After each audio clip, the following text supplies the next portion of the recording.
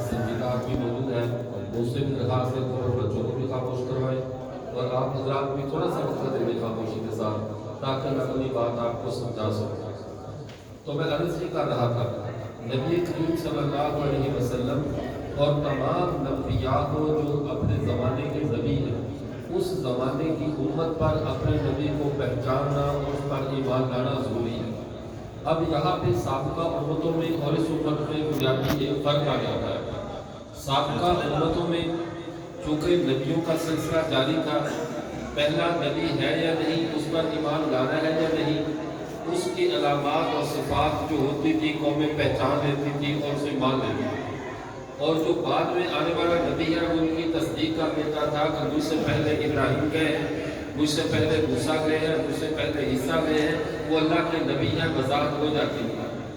لیکن ہمارے پیارے پیغمبر صلی اللہ علیہ وسلم کے بعد چونکہ کوئی نیا نبی نہیں آنا تھا، ہمارے پیغمبر کے سلسلہ نبوت کو ختم ہو جانا تھا، اور یہ اللہ کے آخری نبی تھے۔ اس کا مطلب یہ ہوتا ہے اگر ایک انسان ایک ملت میں بھولا بھٹکا آپ کے راستے میں چلتے ہوئے اگر ایک موڑ غلطی سے مڑ جائے تو اگلے موڑ پر بتانے والا مل جاتا ہے، وہ اپنا راستہ ٹھیک کر لیتا ہے۔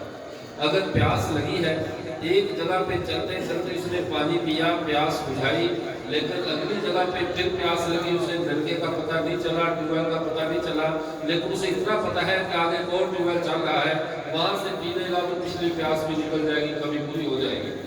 لیکن جس آدمی کو پتہ ہو کہ آگے صحرا ہے، نخلستان ہے، اور یہ آخری پانی کا پمپ ہے، آخری پانی پینے کا کنواں ہے، آخری جگہ ہے جہاں سے آپ اپنی پیاس بجھا سکتے ہیں، 7 سفر کے لیے پانی لے سکتے ہیں، اور وہ غلطی سے اس جگہ کو بھی مس کر دے، اس جگہ کو بھی چھوڑ دے، اب بتاؤ اگلے پورے صحرا میں یہ آزاد والی زندگی گزارے گا یا نہیں گزارے گا؟ یہ تکلیف میں زندگی گزارے گا۔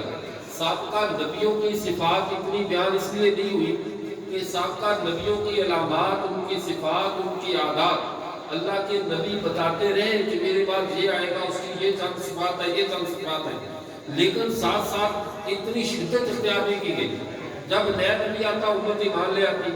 اگر بالفرض مثال کے طور پہ عرض کرتا ہوں، حضرت نوح علیہ السلام پر ایمان لے کر آ گیا، حضرت نوح کے بعد حضرت ابراہیم پر ایمان نہیں لایا، لیکن اس کو زمانہ مل گیا آگے آنے والے نبی پر، آگے آنے والے نبی پر ایمان لے آیا، تو اس پر ایمان لانے کے بعد یہ سابقہ بھی سارے نبیوں پر ایمان لے آئے گا۔